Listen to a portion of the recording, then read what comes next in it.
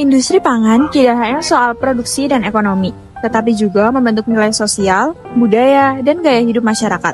Di pedesaan, UMKM seperti pedagang cireng menjadi bukti nyata peran pangan dalam kehidupan sehari-hari. Dengan hadirnya teknologi, distribusi, dan konsumsi pun ikut berubah, menciptakan dinamika sosial baru. Maka muncul pertanyaan, bagaimana UMKM pangan mendukung ekonomi pedesaan? Bagaimana jaringan sosial terbentuk? Dan bagaimana teknologi mempengaruhi industri pangan tradisional?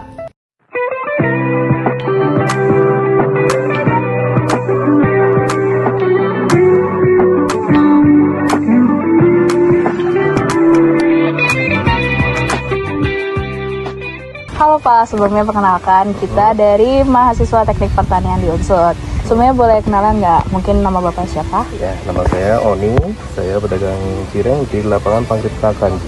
Oke, sebelumnya saya mau nanya nih Pak, ini usaha sendiri atau seperti apa Pak? Ya, ini usaha sendiri, usaha punya sendiri, memang punya sendiri.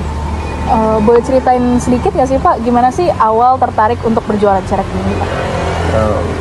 Awal tertarik ya sebenarnya sih nggak sengaja ya, itu karena kepepet saja. Tadi awalnya cuma kepepet, tapi setelah kepepet itu lama-lama kok menghasilkan, ya udah itu jadi penghasilan utama saya. Misalnya nih Pak, saya mau nanya tentang misalnya bahan baku yang Bapak pakai sendiri.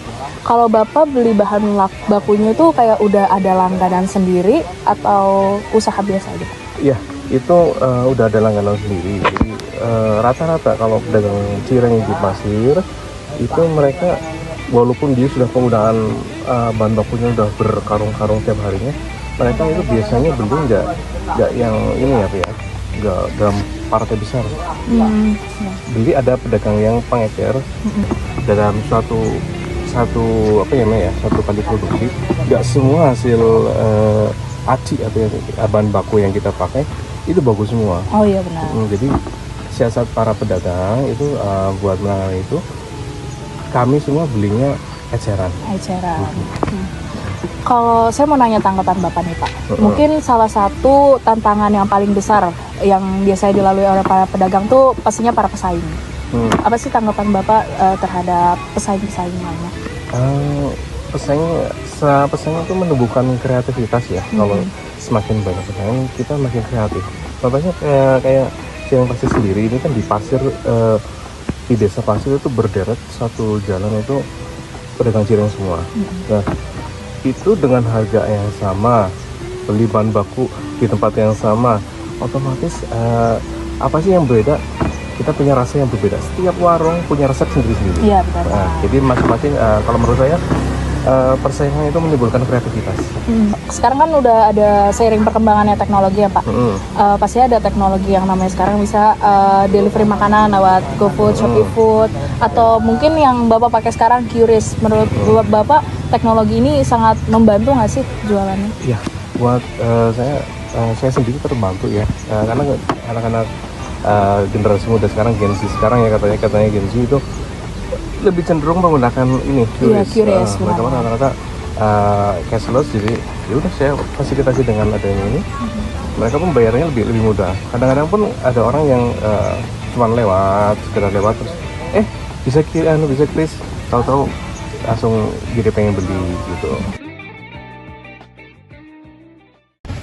Industri pangan termasuk UMKM sederhana seperti penjual cireng menunjukkan bahwa pangan bukan hanya soal rasa, tetapi tentang ekonomi, budaya, dan juga kehidupan sosial. Dari produksi, distribusi, hingga ke konsumsi, membuat suatu dinamika hubungan masyarakat yang berkelanjutan. Dengan adanya teknologi, wajah industri pangan tradisional ikut berubah. Namun, nilai kebersamaan dan kreativitas menjadi ciri khas yang tak tergantikan.